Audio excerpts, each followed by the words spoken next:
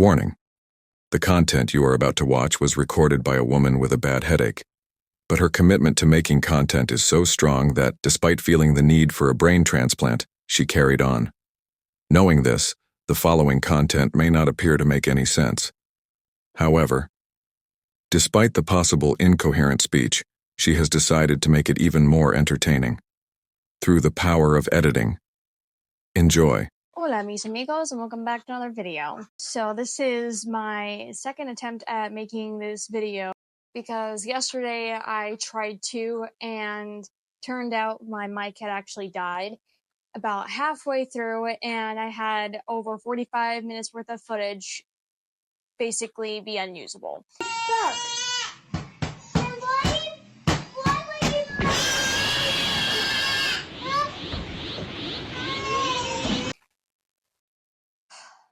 Yeah, I was not expecting that, and that's like the, I think, 5th time that's happened when I've filmed. The mic here, only way to tell the battery, like bring it so you can actually see the light. Otherwise, it just flips right back and then I can't see the light whatsoever. But because it keeps flipping, I keep forgetting about it and see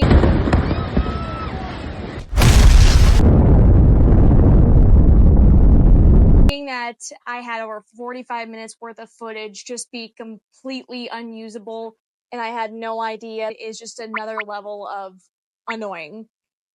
So I had to charge it overnight, and now I have a backup just in case. But I now hate this mic.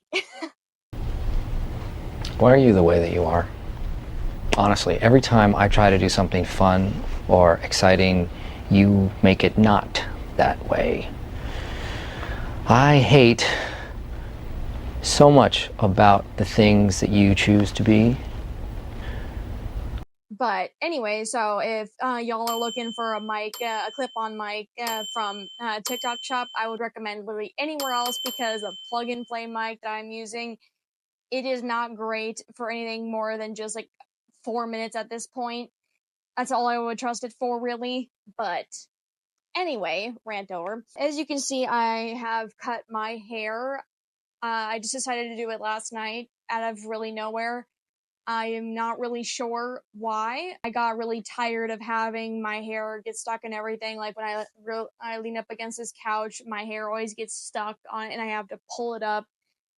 And it was just, I don't know, really annoying. But because I have literally never cut my own hair before, and I didn't even measure it or anything. I just went with how it visually looked, and I just went for it.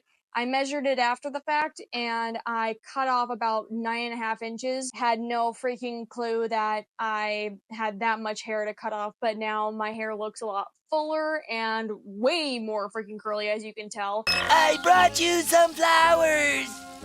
For me? How sweet!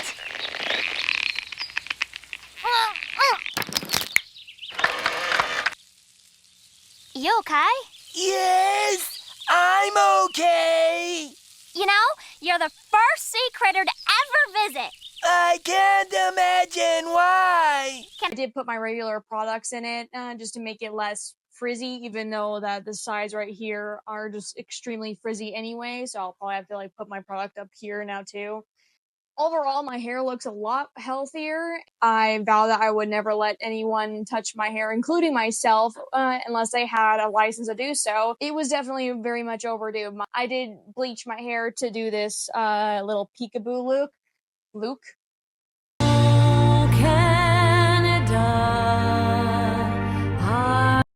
Peekaboo look, and I'm guessing that really damaged my hair too, so this is definitely a nice fresh start. 2 hours later. I thought I would show y'all today what I do for a soft goth look. I have used this look pretty much everywhere I've gone.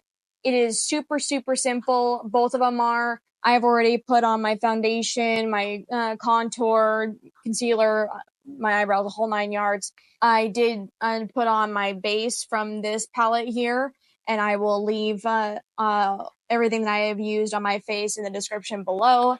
Anyway, without further ado, let's get into it. 2,000 years later. I'm gonna do two different looks.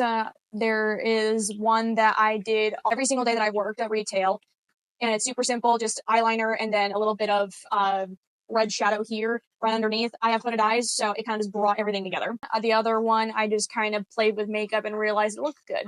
So anyway, without too much more yap. Yeah, I'm just gonna pretty much obsessively start looking at the mic. Oh, anyway, stressful. So what I like to do for both looks is not only going with this base, but going with this color here. I don't even know what color this is. It acts as a nice little bit of subtle color without it being overwhelming. Oh yeah, and going with a packing brush, I forgot to say. This is after the primer too. I don't know if y'all can really tell the difference on camera or not, but this is slightly more colored than the other one. Now that I've got that, I'm going to take my contour palette and use the contour shade here. I'm sure that you can find any kind of like a chocolatey, I would say kind of like a milk chocolate-ish color. In pretty much any makeup palette. For some reason, none of mine do, but I like to go with the contour. Yesterday when I tried this, I had used the darkest one, and it was not great. It made me look like I have a black eye, but I have it. I mean, obviously you can see, not if, but you can obviously tell my eyes are very blue, so really any kind of like darker shades just immediately make my eyes look weird. It is a lot harder to figure out what darker shades of makeup look good with my eyes. So I have always been jealous of like brown eyes for being able to do literally any smoky eye look. Almost every single freaking makeup look that's out there, it looks so freaking good on. I love it. I have tried to make my eyes brown with like contacts before, but my eyes just looked weird because of my color being just so vibrant that the color just shined right through it and it made it look super weird. But anyway, it is clocking in for this one. Kind of pack it on a little bit, get like a very small amount if y'all can even see that. I don't know. And then put it, I won't be able to talk for this one, but put it right at the very end. And then what I like to do is blend it up to my eyelid, eyebrow, because I do have hooded eyes. So if I don't basically bring it all the way up to my eyebrow, no one gonna see it. Like, if I relax my face. And now, ladies and gents, the explanation nobody needed nor asked for, brought to you by autism. Anything that I did right here is basically gone. So if I don't put it directly on to like almost my eyebrow, then no one gonna see it. I had no idea for the longest time I even had hooded eyes.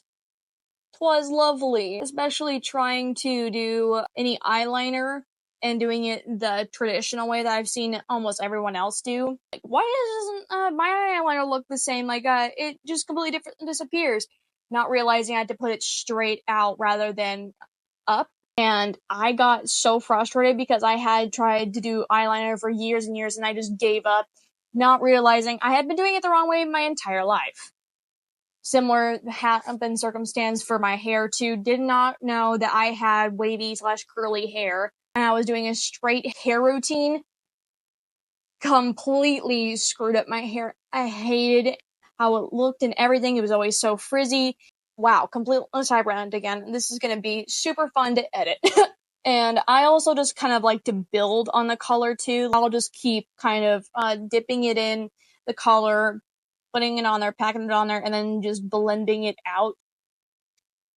So now that I've got that, it should look a little bit kind of like a literal shadow in my opinion. So now I'm going to take the darkest color here because I want it to be a little bit more, I guess, more of a pop or in your face, whatever. I don't know. So I'm going to take this color right here and then just stamp it right there. I'm not going to blend it or anything. I take my, I think this is a bronzer. I'm going to take the bronzer and put it underneath my eye here. So if you do happen to screw up or whatever, kind of like what I do sometimes, like quick tip, by the way. Wow.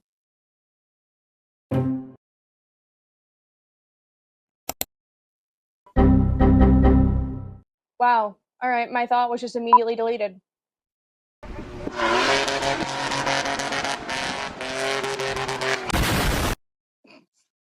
I don't remember what I was trying to say. I just completely forgot what I was trying to say. Wow. All right. Anyway, we're just gonna move on from that. Don't know what I was trying to say. But yeah, just gonna keep building on that a little bit just so there's a little bit of color down there. I like to put it directly onto my lashes. So there is pretty noticeable difference, but it's not overpowering. All right, now that we've got that, I think we're done with the shadow, at least for that side. My brain's loading, apparently. I'm out of my routine, so I have to remember all my steps again. Two-stage exploit, the ideal. This is where you put eyeliner on both of them. I'm just realizing this tutorial is, like, extremely chaotic. Really, you think? So apologies if it's hard to follow. I'm having trouble following it myself. Oh, and before I forget, this look right here on this side, you can use it with or without liner. I have to remember to relax my eyebrows so I can actually make the point even. Alright, now that I got that, and then this one we're going to put on the bottom here, just for like a little bit of more uniform look, or I guess darker gothy look.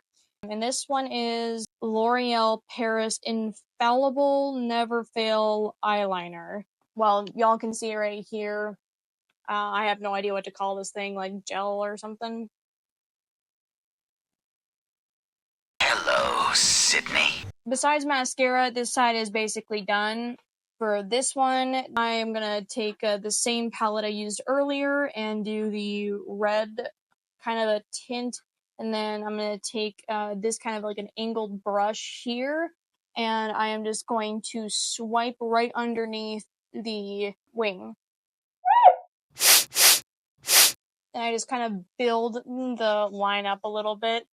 Alright, now that we've got that part, usually I would take a more flat brush, kind of like a little bit shorter than this, and it's more packed. But since I can't find that brush, I'm just going to use this one. Alright, so I am basically out of mascara right now. I don't have any money to get more, so I'm not going to be putting on mascara for this one. But all that you really need to do for the rest of this is literally just put on mascara. I only do it on the top lashes. This is basically the complete looks. This one is a little bit more, I would say, kind of classier. Like if you were going to, I guess, high tea or some shit, you wanted to be more of a corporate goth, I guess. This is a more subtle, like, look that is kind of like Breakfast at Tiffany's, I guess. I don't know. This one I like a lot. This one I actually wore pretty much every single day when I worked retail. I got so many compliments, especially when I paired it with a red lip. It's this kind of a color. It's a very deep red. But other than that, this is what it looks like. This usually looks a lot better when you have the right brush. But I hope y'all enjoyed this video, and let me know if you want me to do something a little bit more in depth of the entire look. But not really anything else besides using it on my eyes. And on a normal day, it usually takes me about maybe 5-6 minutes to do my eyes. I hope y'all enjoyed this video, and I hope this helped someone out and that it wasn't incredibly confusing, because I lost my train of thought way too many times. But at least the mic didn't die this time, so I actually got a full recording. But anyway, yeah, that'll be it, I guess. Let me know down in the comments what you would like to see from me. And I guess I'll just do like, I do want to try Dia de Muertos makeup look. I did ask on TikTok if the Latino community or Latino community, the Mexican community, would be down to let someone who is incredibly white like me in on their tradition, and it's just super fun, and I really like the whole idea of honoring the dead. So I'll probably try something like that next time, but I feel a lot better knowing that I got their approval and then not just looking it up on Google. Be kind to one another, and I'll see you guys in the next video.